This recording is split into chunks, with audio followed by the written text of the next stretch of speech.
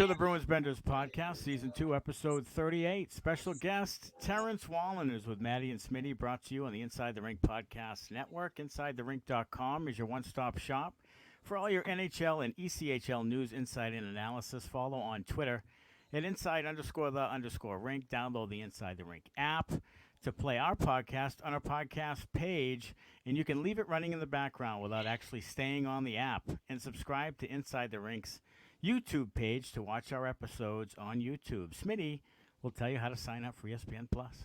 Yeah, you can sign up for ESPN Plus by going to the Inside the Rink website. Go to insidetherink.com/ESPN and sign up today. I have ESPN Plus. I love all the Major League Baseball, soccer, college sports, UFC, and much, much more. So sign up for ESPN Plus at insidetherink.com/ESPN. And Maine Mariners head coach Terrence Wallin joins us again. Coach, always good to have you on the podcast.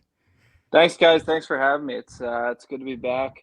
After having my first kid 6 weeks ago, feels like I'm getting back into hockey mode now. I know, and I was going to say, like, you had a playoff berth, and then you had a 2-year contract extension and a new baby. Pretty good year for you. Yeah, it was a fun one. That little playoff run we had was quite the week. It was the day before game 1. He was born.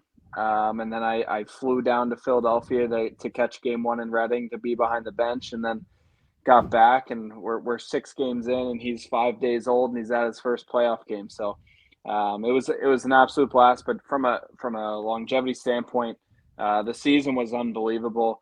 Obviously, there's so much learning that goes into it. I'm a young head coach, but the group of guys that we had, and my assistant and all the people working behind the scenes kind of made that job easy. Now, it's been obviously a really good season.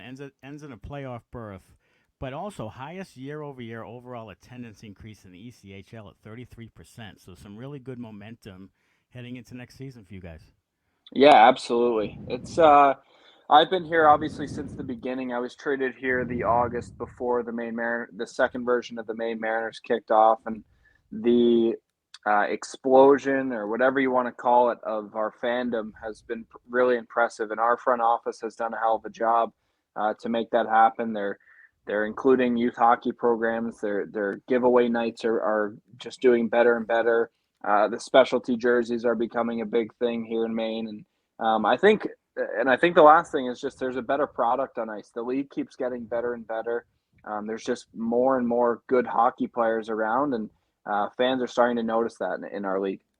So, as a team, what are some of the areas of improvement that the Mariners have to work on to be better next year? There's a couple areas throughout a season. There's just so much turnover in personnel in our league that I think priority number one is just to continue to maintain what your roster looks like. There's that February, March area where guys are getting dinged up or hurt and different things like that. And you need to find those replacements that can come in and weather the storm to continue to get wins, continue to get points, and claw your way into that playoff spot. But from an on-ice perspective, probably breaking the puck out, I think would be a big one for me. It's something I'm doing a lot of research on. Me and my assistant, Johnny McInnes, are doing some little projects to continue to get better as coaches. Again, we're young head coach and assistant coach duo, so we got to continue to do our homework, become the best coaches that we possibly can, because at the end of the day, for me, back-to-back first-round exits is not good enough, and we want to continue to build this organization into having another winning tradition. Now, from a coach's perspective, I wanted to ask you this. How challenging is it for you not to overthink or second guess, particularly in a playoff series? Jim Montgomery had some regrets or some changes he would have made in the Bruins series there. How do you balance, kind of overthinking it, overdoing it, and just kind of saying, we're okay, we just have to sort of let it ride and things will turn out? Yeah, we kind of went through it mid-series against Reading, actually. We went down 2-0 down in Reading, and we felt like we were struggling to create offense.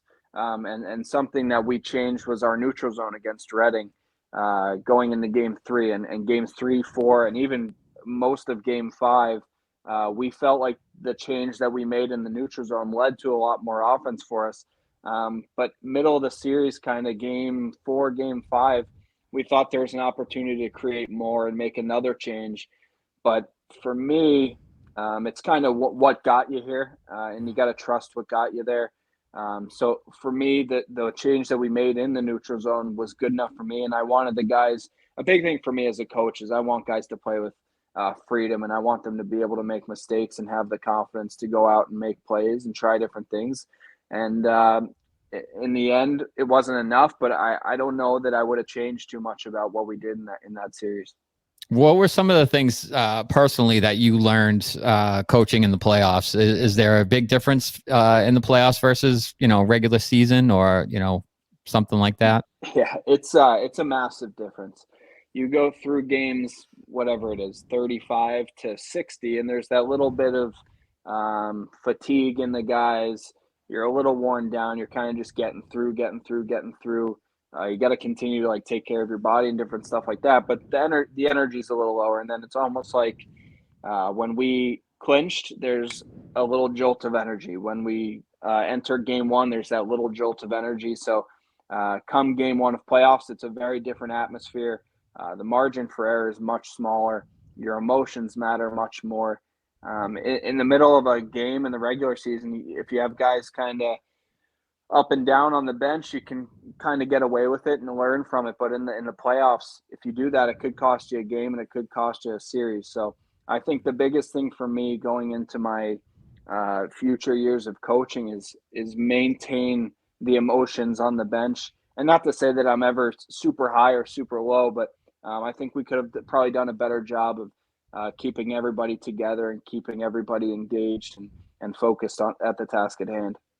Now you mentioned the roster changes. I think I saw 44 guys in and out of the lineup this season, and then going into next year, you kind of.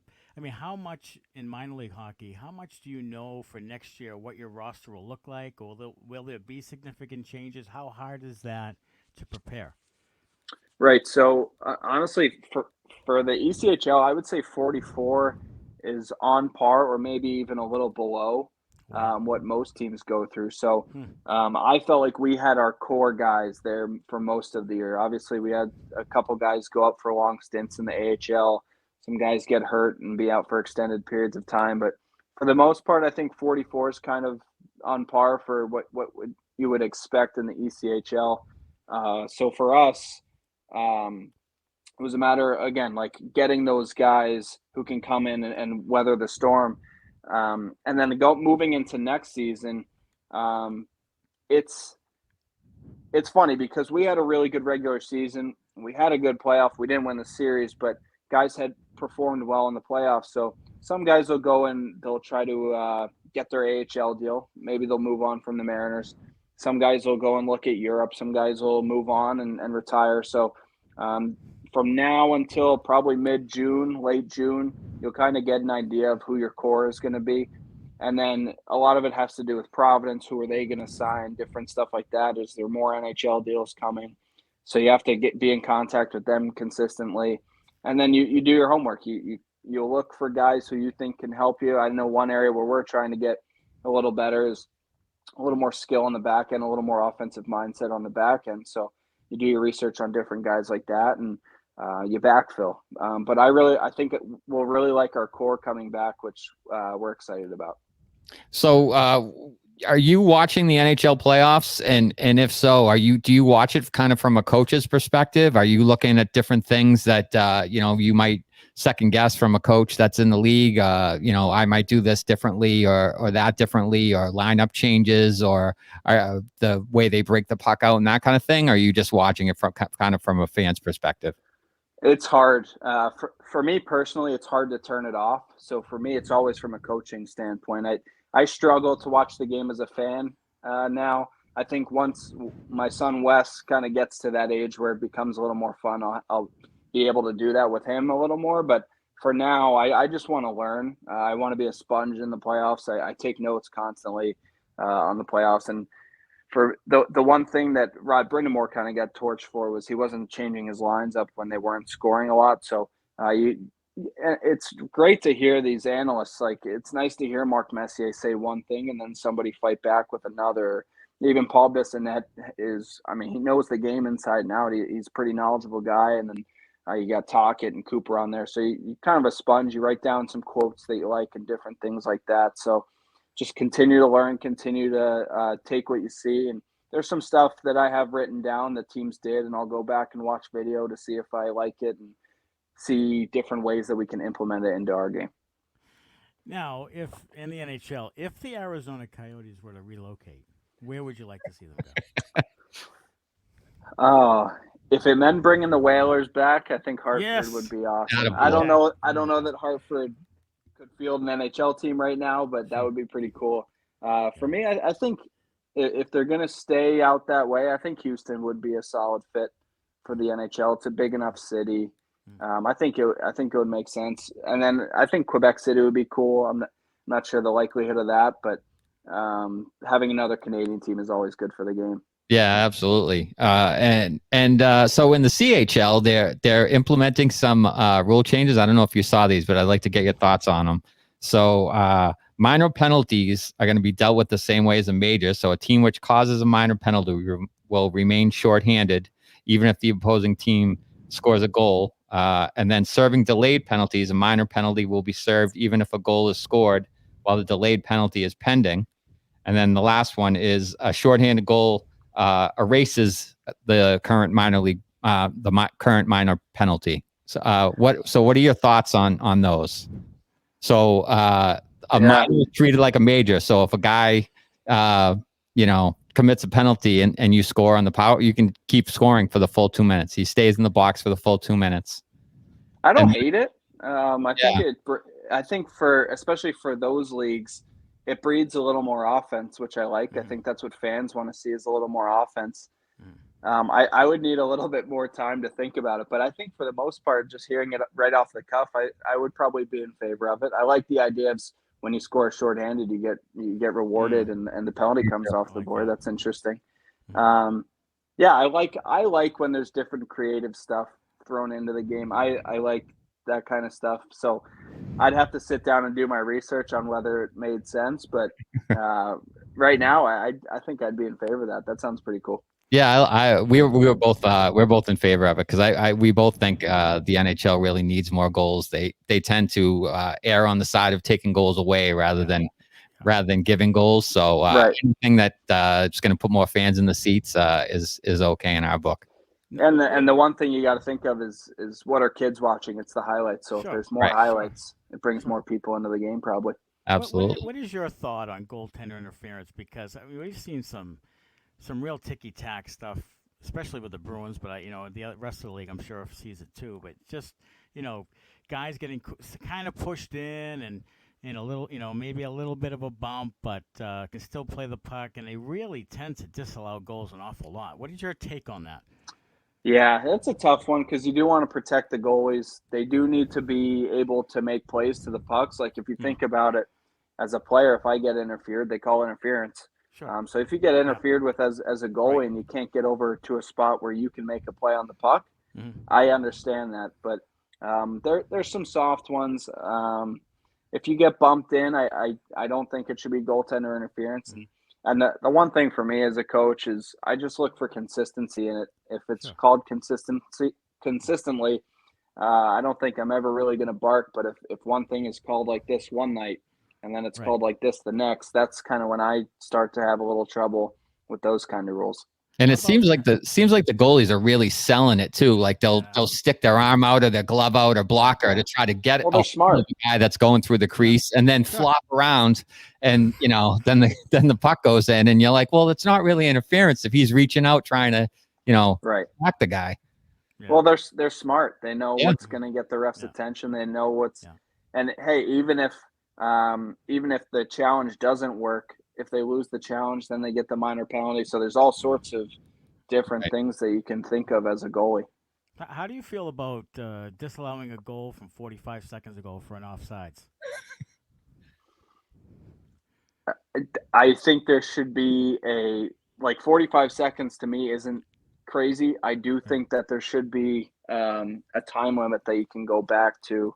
Right. Like if a play is continuing on for over a minute and a half, 2 minutes, I don't think you should be able to go back and look at something. There should be kind of a clock that if you have to go back and watch a certain play, if it's past whatever a minute, then maybe you're not allowed to challenge it or something like that. But I'm in favor of the play getting called correctly. So Sure. if it was offsides, I do like what the NHL has done with it now becoming kind of that line of scrimmage or the NFL goal line where if the skate is in line with the blue. I like that. I didn't like it when it was you needed to make contact with the ice because hockey's hard enough. I need to keep my steel on the ice for a split second or it doesn't count. Yeah, I've always been kind of the way it used to be in Major League Baseball with the kind of in the neighborhood play as far as offsides go. I don't think it's like what they were trying to accomplish was like down to the the hair of the blade of the skate on this side of the line versus this side of the line. I feel like if it's close, it should be good enough. It's just there's just so much technology to have everything perfectly correct now. So. Well, okay, so you know how much we love promo nights. So the new list of promo nights came out, and I wanted to ask you a couple of questions. First of all, what's happening Wrestling Day? I don't know, but this year was pretty funny. It was they had a legitimate wrestling match after the game. They set up a ring and everything.